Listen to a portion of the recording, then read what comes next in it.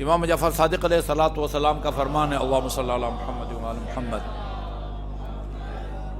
جب روزہ رکھو تو صرف کھانے پینے کی چیزوں سے پرہیز پر اکتفا مت کرو۔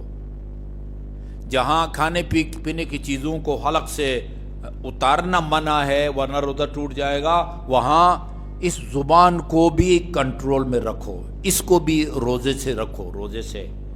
کان، آنکھ، یعنی انسانی بدن کے جو بھی اعضاء ہیں نا، جس جسم کے حصے سے جو گناہ سرزد ہو سکتا ہے وہ سرزد نہ ہو، تب آپ کا روزہ خدا کی بارگاہ میں قابل قبول ہے۔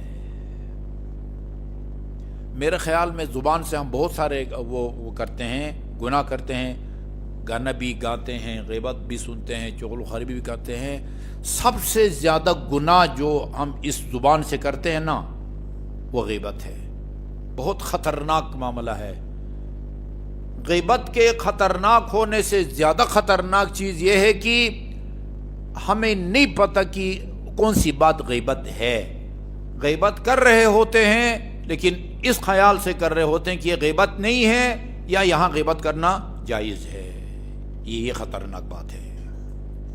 لہذا آج رمضان کی پہلی کو ہم کو پتہ ہونا چاہیے کہ غیبت ہے کیا، جس کو خدا نے قرآن میں حرام قرار دیا ہے۔ گناہ کبیرہ ہے، گناہ کبیرہ، گناہ کبیرہ ایک مرتبہ بندے سے سرزد ہو وہ فاسق ہو جاتا ہے، وہ پھر اس محراب عبادت میں بیٹھ کے نماز نہیں پڑھا سکتا، وہ کسی اسلامی عدالت میں جا کے گواہ نہیں بن سکتا، کسی خاتون کے صیغے طلاق جاری ہو رہے ہوں وہ وہاں گواہ نہیں بن سکتا، اگر بنے گا تو وہ طلاق صحیح نہیں ہوگی، گناہ کبیرہ ہے۔ گناہ کبیرہ کسے کہتے ہیں؟ گناہ کبیرہ اس گناہ کو کہا جاتا ہے کہ جس کا نام لے کے خدا نے قرآن میں اس کی سزا بیان کی ہو، نام لے کے، من قتل مؤمنا فجزاؤہ جہنم، جو کسی مومن کو جان بوجھ کے قتل کرے اس کی سزا جہنم ہے۔ جھوٹوں پر اللہ تعالیٰ نے لعنت بھیجی ہے، ٹھیک ہے نا جی، گناہ کبیرہ۔ یا اس کا نام لے کے جہنم کا ذکر نہ کیا گیا ہو، ایسے عمل سے اس کو تشبیہ دی گئی ہو جس کی سزا قرآن میں موجود ہے۔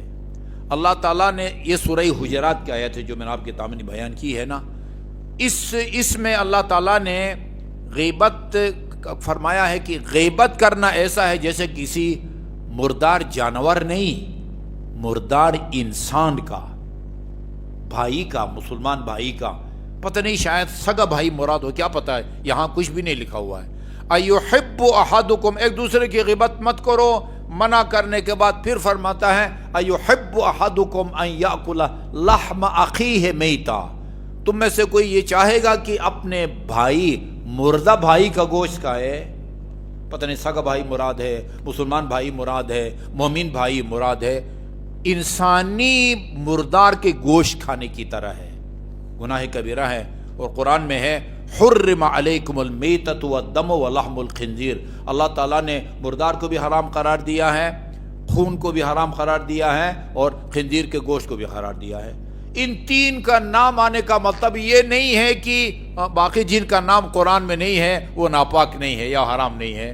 کتے کا نام قرآن میں نہیں ہے لیکن یہ نہیں کہا گیا کہ یہ حرام ہے۔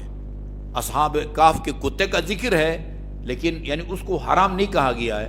حرام نہ کہنا کا مطلب یہ نہیں ہے کہ وہ حرام نہیں ہے۔ لمڑی کا بھی ذکر نہیں ہے، ہاتھی کا بھی ذکر نہیں ہے، ریچھ کا بھی ذکر نہیں ہے، پتہ نہیں یہ اسلام آباد میں جو گدڑ ہوتے ہیں وہ سب کا ذکر نہیں ہے، ٹھیک ہے نا، سب کا ذکر قرآن۔ یہ لوگ کہتے ہیں کہ ہر چیز قرآن سے دکھاؤ، قرآن سے دکھاؤ، قرآن سے دکھاؤ، کدھر لکھا ہوا ہے قرآن میں ہاتھی حرام ہے؟ لمبڑی جو ہے نا نام ہی نہیں ہے لمبڑی کا جی۔ اچھا، یہ گناہ کبیرہ ہے۔ کہتے کسے ہیں غیبت؟ آج ہم صرف غیبت کی وہ تعریف، وہ ایک لفظ ہوتا ہے عربی تعریف کرنا نا، اردو میں تعریف کا مطلب کسی کی یعنی خوبیوں کو بیان کرنا، عربی میں تعریف کا مطلب یعنی ڈیفینیشن، مطلب غیبت کسے کہتے ہیں جو گناہ کبیرہ ہے؟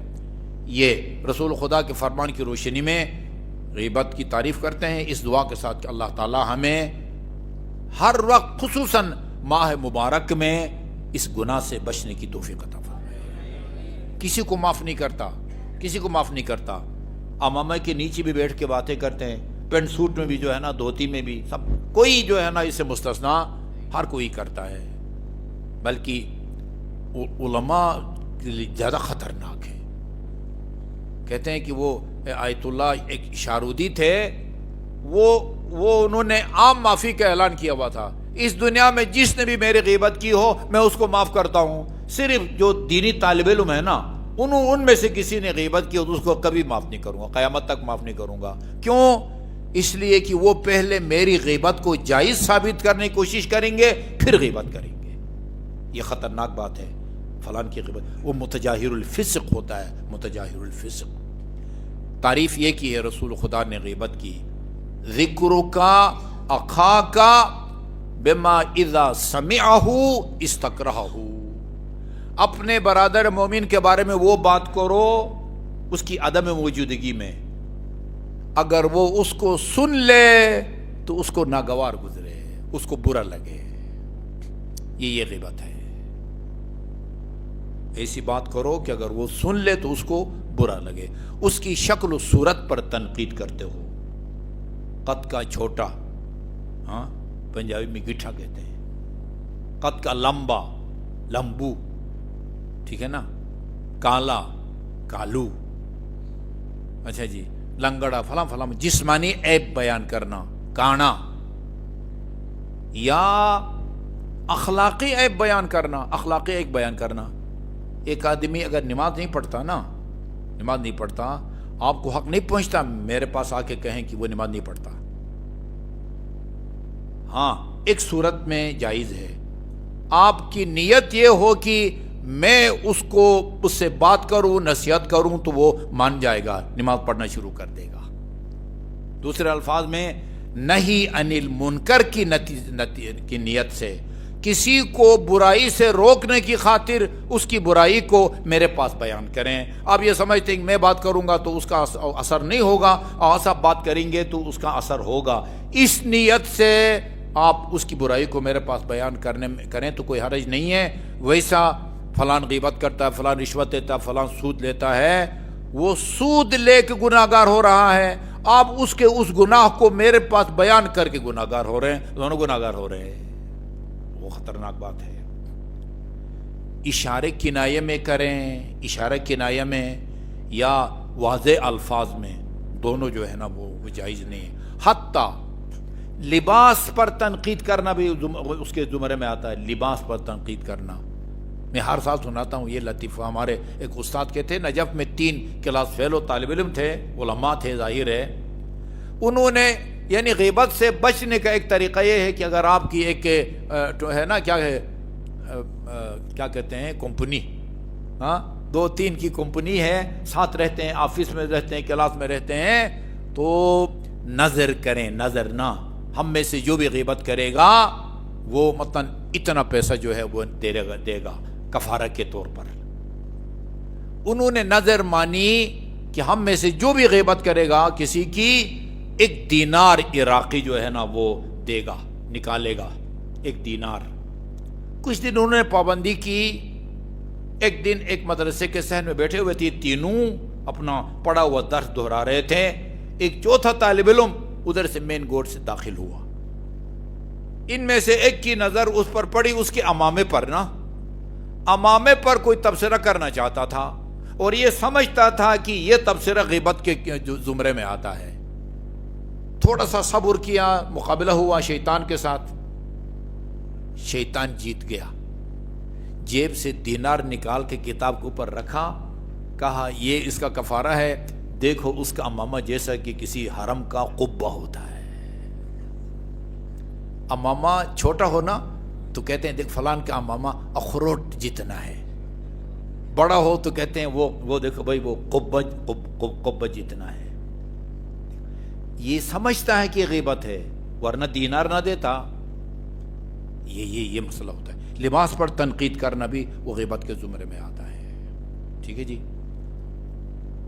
اور آخری جملہ یہ ہے کہ روایت کا متن کل بیان کروں گا، آج اس کا خلاصہ یہ ہے کہ اس کا سب سے بڑا نقصان یہ ہے غیبت کا کہ جو بندہ غیبت کرتا ہے نا، اس کی نیکی اس آدمی کے نامہ اعمال میں منتقل ہوتی ہے، فائل میں، جس کی غیبت کی گئی ہو، اور جس کی غیبت کی گئی ہو اس کی برائیاں غیبت کرنے والے کے نامہ اعمال منتقل ہوتی ہیں۔ عام طور پر یہ دیکھیں، عام طور پر بندہ کسی اپنے چہیتے کی غیبت نہیں کرتا، نہ پسندیدہ آدمی کی جو ہے نا اپنے مخالف کی غیبت کرتا ہے یا اپنے دشمن کی غیبت کرتا ہے۔ وہ آدمی کتنا نادان ہے کہ جو اپنے قیمتی اعمال کو اپنے نامہ اعمال سے، فائل سے نکال کے اپنے دشمن کے نامہ اعمال میں منتقل کرتا ہے۔ یہ رسول خدا کی حدیث ہے، روایت انشاءاللہ کل عرض کروں گا۔ بآواز بلند درود بھیجیں۔